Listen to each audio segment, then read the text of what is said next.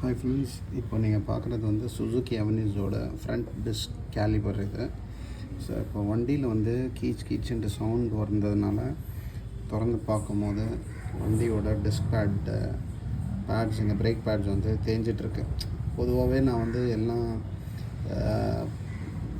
தேய்கிறதுக்கு முன்னாடி வந்து பார்த்துடுவேன். But unfortunately கொஞ்சம் வேலை இருந்ததுனால என்னால் பார்க்க முடியாமல் போச்சு. ஸோ இப்போது ஆல்ரெடி நான் கழட்டிட்டேன். பட் இருந்தாலும் உங்களுக்காக ஒரு திரும்ப ரீகேப் மாதிரி பண்ணுறேன். இது வந்து 8mm ஸ்பேனர் யூஸ் பண்ணி நான் இதை லூஸ் பண்ணிக்கிறேன். எதுனாலனா இது நீங்கள் ஃப்ரீ பண்ணிட்டிங்கன்னா இங்கே வேலை செய்கிறதுக்கு ஈஸியாக இருக்கும். ஸோ இதை கழட்டிக்கலாம் முதல்ல. அடுத்தது வந்து 12 சைஸ் ரிங் ஸ்பேனரை வச்சுட்டு இதையும் கழட்டிக்கிறேன். ஸோ இதை ஆல்ரெடி நான் லூஸ் பண்ணி வச்சேன், கழண்டிடுச்சு. இப்போ பார்த்திங்கன்னா இதில் எவ்வளோ அளவுக்கு தேஞ்சிருக்கு பாருங்கள். சுத்தமாக இல்லை, ஃபுல்லாகவே தேஞ்சிருச்சு. இதை கழட்டுறதுக்கு நம்ம இந்த போல்ட்டை வந்து எடுக்கணும் வெளியில். ஸோ இது அகெயின் ஒரு 8mm போல்ட் இது. ஸோ இதை லூஸ் பண்ணிக்கலாம். ஸோ இந்த இது வந்து ஒரு லாக் டைப் நீடில் மாதிரி வரும். இதுதான் வந்து உங்கள் பிரேக் பேட்ஸை பிடிச்சி வைக்கிறது. ஸோ இதை கழட்டியாச்சு.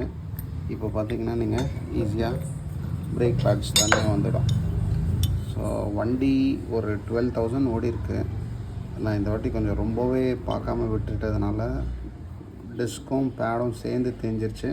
பட் ஓகே, இப்போதைக்கு என்னால் டிஸ்க்கெலாம் மாற்றுற டைம் இல்லை எனக்கு. அதனால் நான் அப்படியே போட்டு மேனேஜ் பண்ணுறேன். கொஞ்சம் மட்டும் லைட்டாக அதை எம்ப்ரி ஷீட் வச்சு லெவல் பண்ணிவிட்டு அப்படியே மாட்டிடலான்ட்டு இருக்கேன்.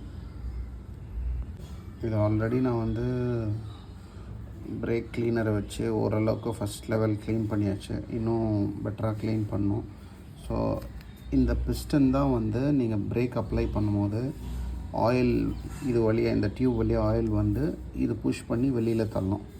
ஸோ வெளியில் தள்ளும் போது என்ன ஆகும்னா இந்த கேப்பில் 2 சைடும் பேட் இருக்கும். இப்படி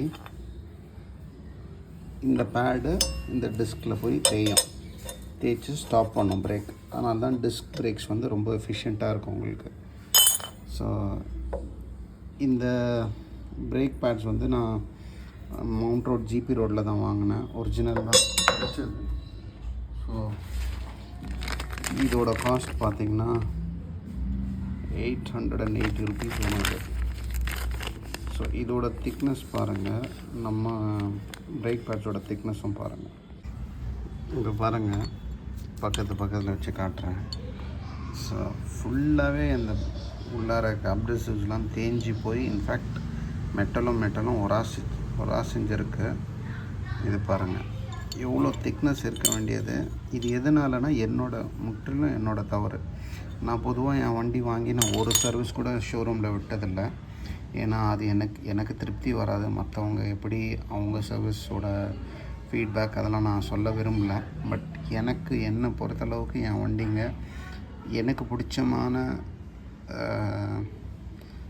செட்டிங்ஸில் இருந்தால் தான் எனக்கு எப்போவுமே பிடிக்கும். ஏன்னா நான் கம்ப்ளீட்டாக க்ளீன் பண்ணி ஒரு பிசுறு கூட இல்லாத மாதிரி க்ளீன் பண்ணி வைப்பேன். பட் கம்பெனி சர்வீஸில் 10ஓட 11 தான் வேலை செய்வாங்க. அதில் எனக்கு விருப்பமே இல்லை. ஸோ அதனால் இன்றைக்கி தேதி வரைக்கும் ஒரு சர்வீஸும் கம்பெனிக்கே போனதில்லை. அண்ட் இது பார்த்திங்கன்னா இது வந்து டிஸ்க் பேடோட டென்ஷனர். ஸோ இதையும் கழட்டிக்கலாம். நம்ம கழட்டிட்டா கம்ப்ளீட்டாக க்ளீன் பண்ணிக்கலாம். இந்த இடத்துல இன்னும் கொஞ்சம் நல்லா ஏன்னா பிரேக் க்ளீனர்ஸை போட்டு நல்லா கொஞ்சம் ஊற வச்சு க்ளீனாக பளிச்சுன்ட்டு ஆக்கிடலாம். ஸோ இந்த மாதிரி பண்ணும்போது வண்டி நம்ம லைஃப் லாங்க்கு வச்சுக்கலாம், எந்த தொந்தரவும் இருக்காது. நான் எல்லோரும் பண்ண முடியும்ன்ட்டு சொல்ல வரல. பட்டு தெரிஞ்சவங்க, இதில் இன்ட்ரெஸ்ட் உள்ளவங்க நீங்களாக பண்ணிக்கிட்டால் என்றைக்குமே உங்கள் வண்டி நல்லா வச்சுக்கலாம். இன்றைக்கி எல்லாேருக்கும் டைம் இல்லாமல் தான் இருக்குது. பட் இருந்தாலும் இந்த வண்டிங்கிறது வந்து நம்மளை எல்லா இடத்துக்கும் கூட்டிகிட்டு போகிற ஒரு இதாக இருக்குது. அந்த ஒரு விஷயத்தில் வந்து நம்ம அதை பார்த்துக்கிறதுல நம்மளுக்கும் திருப்தியாக இருக்கும். அது இப்போ பாருங்கள், இந்த பிஸ்டனை நான் நல்லா புஷ் பண்ணி உள்ளே தள்ளிட்டேன். ஸோ உள்ளே தள்ளிட்டும் போது நமக்கு இங்கே நிறைய கேப் கிடைக்கும். இந்த கேப்பில் வந்து நம்ம இப்போ புதுசாக இருக்க பேட்ஸை வந்து ஃபிக்ஸ் பண்ணிக்கலாம். அண்ட் இங்கே இருக்க கொஞ்சம் அழுக்கையும் க்ளீன் பண்ண முடியுதா பார்க்கணும். ஏன்னா எல்லா அழுக்கையும் கம்ப்ளீட்டாக க்ளீன் பண்ண முடியுன்றது சொல்ல முடியாது. ஆனால் ஓரளவுக்கு நம்ம பண்ணிக்கும் போது திரும்ப அகைன் டஸ்ட் இல்லாமல் நம்ம பார்த்துக்கலாம். ஸோ பாருங்கள், இப்போது 2 பேட்ஸும் இன்ஸ்டால் பண்ணிட்டேன். இப்போ இதில் வர க்ராஸ் பின், இந்த போல்ட் மாதிரி வரும் இல்லையா, இந்த பின்னை வந்து போட்டுட்டு டைட் பண்ணிட்டோன்னா இது ப்ராப்பராக டிஸ்கில் உக்காந்துக்கும். ஸோ இப்போ பாருங்கள், இதில் போட்டாச்சு. இப்போ டைட் பண்ண வேண்டியதுதான். ஓகே ஃப்ரெண்ட்ஸ், இப்போ வந்து கம்ப்ளீட்டாக போட்டு லாக் பண்ணியாச்சு. ஸோ இதுதான் அந்த பின். இதை போட்டு இதில் தான் இந்த டெஸ்க் பேட் வந்து ஹோல்ட் ஆகுறது எல்லாம் போட்டாச்சு. இப்போ கேப்பும் உங்களுக்கு நமக்கு கிடச்சிருச்சு. இப்போ கரெக்டாக டிஸ்க் உள்ளார இன்சர்ட் பண்ணுங்க.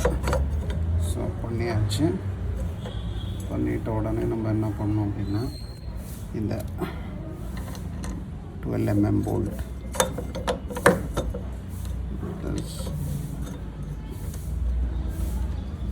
இந்த கேலிவரில் லாக் பண்ணிடணும்.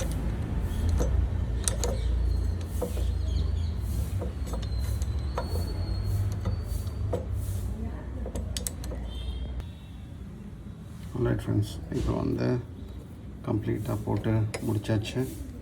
ஸோ டிஸ்கில் வந்து டிஸ்க் கேலிபரை வந்து இன்ஸ்டால் பண்ணியாச்சு.